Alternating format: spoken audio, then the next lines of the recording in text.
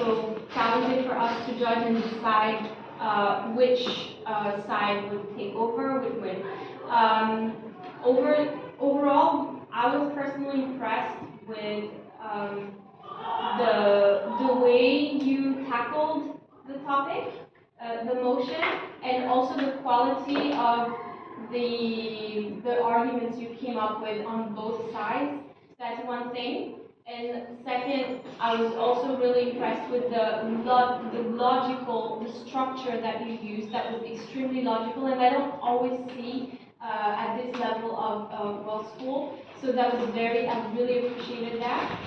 As a judge, you really made it easy for me to follow, whether it was rebuttals or the way you presented your arguments and your claims. So that's really something that you can be proud of. In terms of the delivery, I would say that it was very clear. It was very it was good. However, I would have loved to see a little bit less reading and a little bit more natural delivery. I know that all of you had amazing speeches ready, but you read it for some of you too much versus delivering the information. And I think in law school, you are delivering. You're not reading. You can look at your notes, but I think the delivery and how you address the audience is very, very important. So that's okay. We're going to give you the results now. Okay, I'd like to thank our panelists for really constructive feedback with you. I want to a little bit remind you that you can look up on her after the debate for some more detailed feedback. She has some really constructive building for you to better for you to be better in the future debate. But in terms of feedback for the person who keeps you away, you need to submit the score for me, not for the panelists. Okay, and for the result of the debate, before that, on the general comment, I think your debate is especially contentious. Means that it is a little bit close. After a careful deliberation and constructive deliberation, we have arrived at consensus without siding with negative manipulation. I'm sorry for and to justify for the result, I would like to boil down all of the things that you said into three main classes. So first of all, what I got from affirmative when they stepped into the debate is they talk about the marginalization of the minority group, which are not having any kind of representation or any voice in the current media. So in this class, I think Goldman could win on this class by really slight margin. So it doesn't really affect the whole debate and make the panel to give the whole meaning to affirmative. So what I got from affirmative is that they say because these people normally they are not featured on their traditional media. Normally they are not like given the space to raise their voice. So that is the only way for them to raise their voice and to be visible. So I think the point here is that there is one response from negative that you didn't really engage with that to somehow mitigate and as well as like a little bit weaken your argument is that they said in the case that you have a lot of like let's say a massive amount of information on your side when you try to like give these kind of people a lot of chances that everyone could be a journalist, then the information would be a little bit like, let's say, I would say saturated. That is when your stakeholder is a marginalized people do not really receive their notice as well as attention that you want at the end of the day because you do not have a really clear, let's say, mechanism for why when these people they raise their voice as well as they share a story or maybe they become the journalist to feature their own story on the media or etc. There is gonna be a concrete impact that they receive until the end of the day. So generally, your impact that you are gonna have these people that you are gonna create a more diverse let's say environment that everyone could raise their voice and could solve the problem is unclear at the end of the day.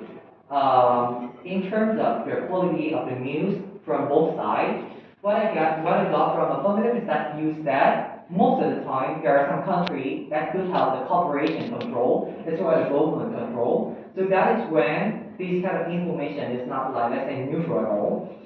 So I think this is valid, but at the same time, because you agree with negative, is that like I don't say you agree, but you didn't really respond to this to the case of negative. Is that they said bias could exist on both sides, but the thing here is that when you say there are some countries who are authoritative and who are oppressive, you do not right away deny or refuse to the idea of negative. Is that there are some countries who have information that is good enough and not oppressive and not authoritative. So the comparison here is that I'm not quite sure if that is the case, then which one is more favorable and which one is more important to prioritize in the debate.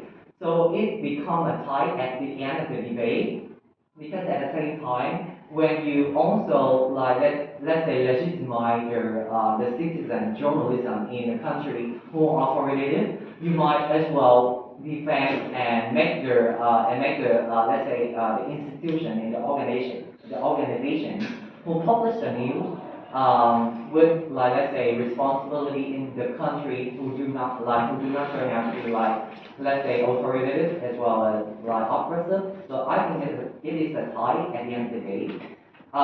So the result of the debate was determined on the class that was presented by negative regarding the ethical concern. So first of all, what I think are a little bit like contested in the debate is that we were saying as affirmative that most of the time the newspaper from the mainstream media are biased because most of the time they are controlled by the government. So even if I and I accept this kind of premise, I think there is one response from the third speaker of negative that I think is valid until the end of the day is that even though in the case that they could be to somehow like let's say a little bit biased, the comparison here is that you didn't like point it out why the citizen journalism is not biased or is better than the other side, but they presented characterization is that at least they follow a regulation, at least they have some kind of guidelines. So even in the case that they are biased, it is better and it is less worse than in a case of affirmative. That is the first thing to be credited. And the second thing is that in that case, there is an idea from negative from the second speaker regarding why there could be some kind of, like, let's say, they make some example, like one could be published without consent, and their face could be exposed with no consent at all. They could become the target of retaliation, or maybe they do not consider the harm at the end of the day, and they might do not respect the privacy of people. I think this impact is a little bit fragmented until the end of the day, but at least comparatively, if one side is unclear about their incentive and unclear about the nature of the journalist in their side, compared with a team who said that they have clear regulation and they have clear guidelines, so the team with a characterization and explain why the journalist in their side might be better is comparatively better. And that's also why I think the debate is really close, but I would give the debate to negative at the end of the day, as well as like you can ask their perspective of the panelists after the debate for a more diverse understanding of the debate. I also want to mention the reply. The reply speeches for me were a little bit short, and I would have liked you to use this time maybe to weigh. I didn't see any weighing on both sides, like say why, okay, we outweigh on maybe magnitude or on scope. Like you have to really convince the judge that this is why you're winning by using the impact. Like how big is your impact versus the other team.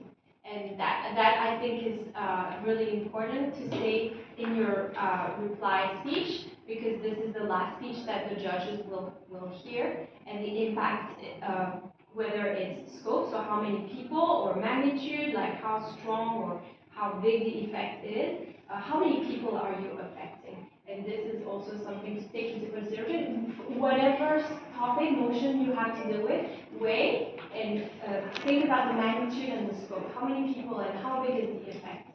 Yeah, that's something to consider. congratulations on an amazing